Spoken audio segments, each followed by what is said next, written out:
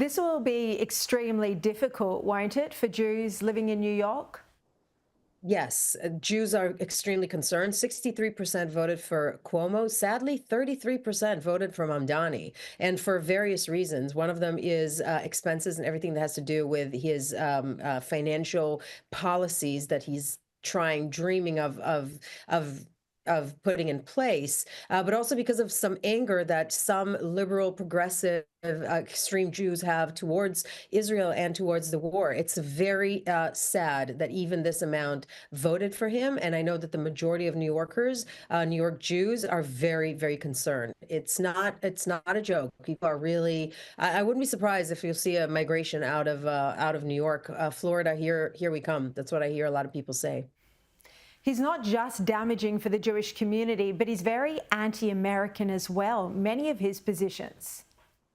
Yes, I saw one of the interviews that his mom gave a couple of years back, and she goes, "He's not American at all. He's Indian and Muslim. He doesn't feel." They were raised with that sense of, we're something else first. I don't want to insinuate anything, but it does not feel right for America at all. And we're all very concerned. It's not just about his Muslim faith. It's about his support for people who support Hamas. If you are an aspiring rapper, which is what he is essentially, a failed rapper, and you rap about the Holy Land Five, the Holy Land Five, which he literally rapped about, said you should look them up. When you look them up, you will find out that they were charged and convicted by the FBI for funneling money to Hamas.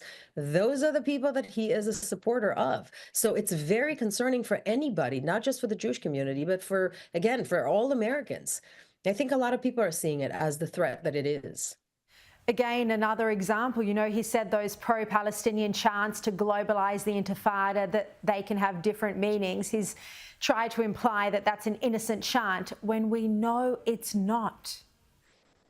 I personally know it's not because I lived through a couple of intifadas, and intifada means in Arabic to shake off. And what it means is an uprising, a violent uprising against Jews. It means that you can go ahead and stab and rummage and blow up bombs on buses. It was a very traumatic time, Sherry, and to all of your viewers. I was a young um, teen in Israel when the Intifada happened, and I remember a bus that blew up right by my house on Dizengoff Street, and 22 people were splashed on the road by my house.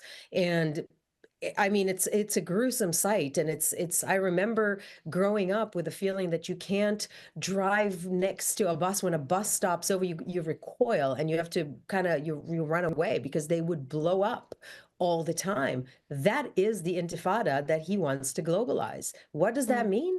It means open season on Jews all over the world, and God knows who else. Just a final question on the state of Israel at the moment. Are you feeling optimistic about Israel's position in the Middle East? And also, are you confident that the peace deal that Trump has negotiated will hold? Well, I'm an optimistic person to begin with, so I will always find the glass half empty in every situation. But we have a very fragile peace plan right now in place. The Trump peace plan is absolutely brilliant because it did something that nobody did before, which is unite the Middle East, not just Israel, but all the Arab world against Hamas. So when you can get Turkey and Qatar to agree on something with Saudi Arabia and Egypt, that's got to be something good. The problem is that Hamas has not signed off on this yet. So Hamas is still playing games with Israeli bodies and trying to buy time while strengthening their hold on the Gaza Strip through slaughtering their own people. So it's very, very fragile. I'm optimistic if the world community will know to keep the pressure on Hamas, and the Arab world will put the pressure on Hamas to actually move to phase 2 of this deal, which means Hamas need to be disarmed and be removed from power. That's what needs to happen for peace to prevail. Noa Tishby, thank you so much, as always, for your time. Thank you for having me.